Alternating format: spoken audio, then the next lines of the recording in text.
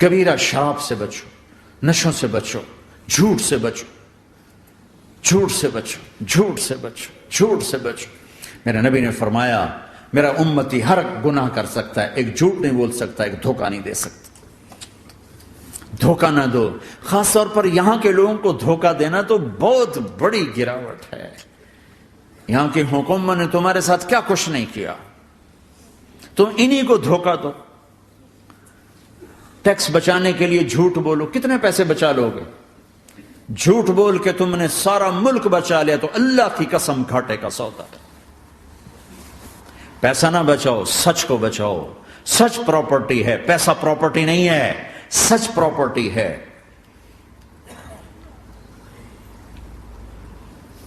ہمارے ملکوں میں تو لوگ ٹیکس نہیں دیتے کہ حکومتیں کچھ لگاتی ہیں کچھ کھا جاتی ہیں، یہاں تو سارا تم پہ لگاتے ہیں۔ کیوں جھوٹ بولتے ہو؟ کیوں دھوکہ دیتے ہو؟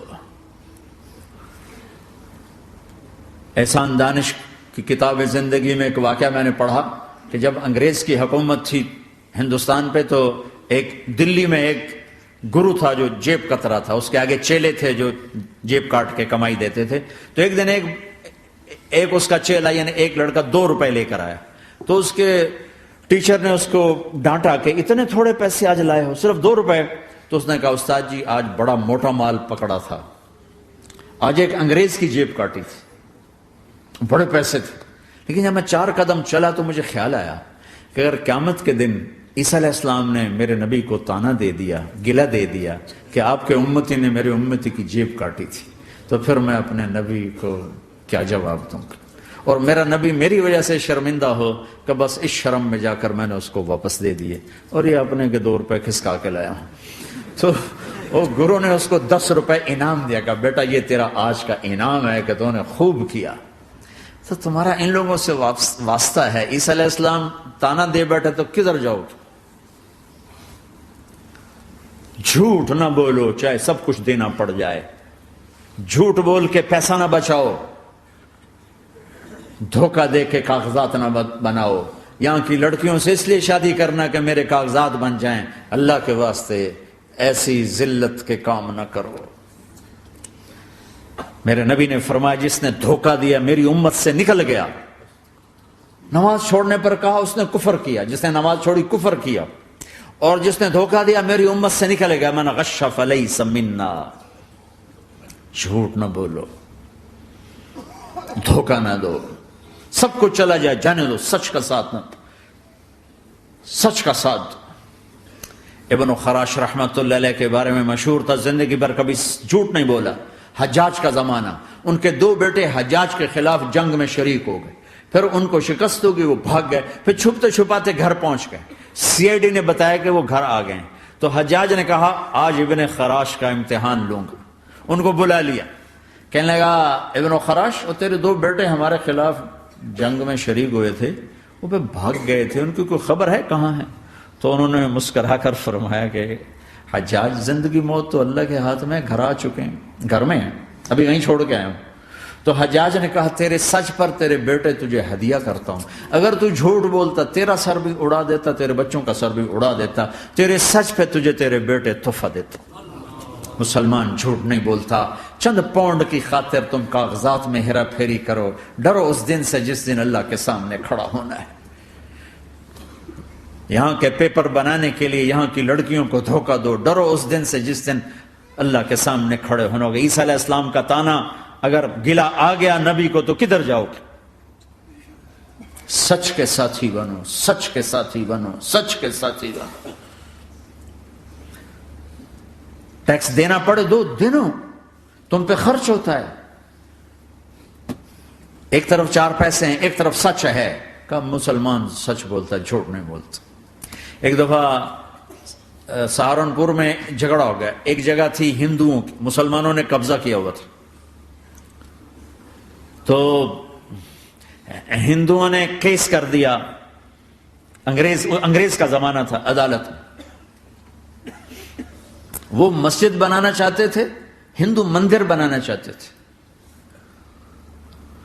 تو دونوں طرف بات تپی ہوئی، تو آخر وہ جج نے کہا بھائی کوئی ایسا آدمی ہے، ہندوؤں سے کہا، جو گواہی دے دے تو اس کی گواہی تم قبول کر لو گے؟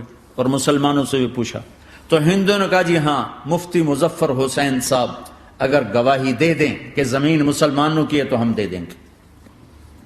تو مسلمان بڑے خوش ہو گئے، مفتی مظفر تو آخر مسلمان ہے تو ہمارے حق میں گواہی دے گا، تھا ان کا قبضہ ناجائز۔ تو جب وہ عدالت میں تشریف لائے، مسلمان بڑے اطمینان کا، ہن جناب ساڈے حق وچ فیصلہ ہونا ہے، چونکہ آج کل صرف سچ کو کون دیکھتا ہے۔ تو انگریز جج نے پوچھا ہاں جی مفتی صاحب آپ کیا کہتے ہیں؟ فرمانے لگے دیکھو جج صاحب، یہ زمین ہندوؤں کی ہے اور مسلمانوں نے قبضہ کیا ہوا ہے۔ تو مسلمانوں نے گالیاں نکالنی شروع، وہ یہودیوں والا بن گیا نا، گالیاں نکالنی شروع کر دی۔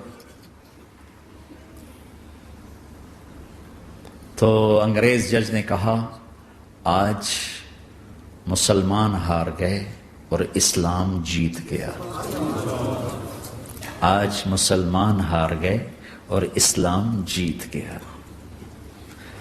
اپنی ہار مان کے اسلام کو جیتا تھا، سچ بول کے اسلام کو جیتا تھا۔ جھوٹ کے ساتھی نہ بنو، سچ کے ساتھی، جھوٹ کے کاغذ بنا کر کوئی بینیفٹ حاصل نہ کرو۔ میں نیوزی لینڈ گیا، میں حیران ہو گیا، ایک ہفتہ میں رہا، ڈپریشن کا شکار رہا کہ مجھے بتایا گیا کہ پورے نیوزی لینڈ میں ایک آدمی جھوٹ نہیں بولتا سوائے پاکستانیوں کے، بنگالیوں کے اور انڈین۔ جو بنگالی، جو پاکستانی، جو انڈین پہنچے یہ جھوٹ بولتے ہیں، ہیرا پھیری کرتے ہیں، ان میں ایک آدمی جھوٹ نہیں بولتا۔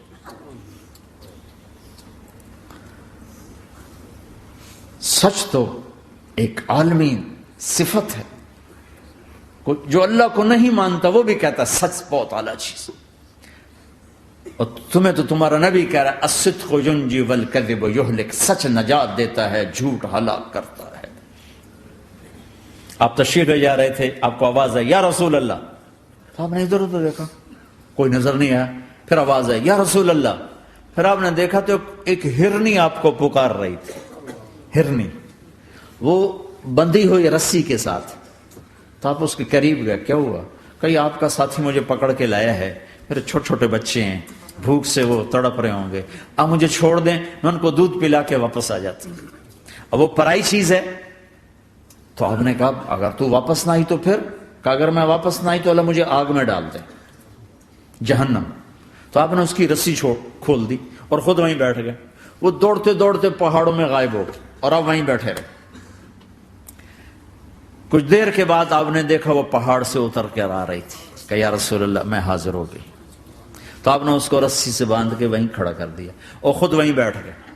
تھوڑی دیر ہوئی تو وہ آ گئے شکاری جو نے شکار کیا تھا۔ تو آپ نے کہا، ان کا نام کوئی نہیں موجود، تو آپ نے کہا میرے بھائی میری ایک درخواست ہے، آپ پوری کریں گے؟ کہ یا رسول اللہ کیوں نہیں؟ کہ یہ ہرنی مجھے ہدیہ کر دو۔ کہ یا رسول اللہ سب کچھ آپ کا ہے، کہ بس مجھے ہرنی چاہیے، کہ اب لے لیں۔ تو آپ نے اس کی رسی کھولی، کہ جا بیٹی اپنے بچوں کے پاس موج کر، سچ نجات دیتا ہے، جھوٹ ہلاک کرتا ہے۔ تو اس نے یوں آپ کے سامنے سر جھکایا شکریہ کا اور 4 قدم دوڑی، پھر پیچھے مڑی، پھر آپ کو دیکھا، پھر یوں سر جھکایا، پھر آگے گئی، پھر تھوڑی دور گئی، پھر یوں پیچھے مڑی، پھر آپ کو دیکھا، پھر یوں سر جھکایا، پھر جہاں تک وہ نظروں سے اوجھل نہیں ہوئی وہ آپ کو مڑ مڑ کے یوں سلام کرتی گئی۔ سچ تو ایک ہرنی کو نجات دے گیا، تمہیں نہیں دیکھا۔ تمہیں کس پاگل نے کہا جھوٹ بول کے پیسہ بچاؤ، جھوٹ بول کے کاغذ بناؤ، دھوکے دے کے پیپر بناؤ؟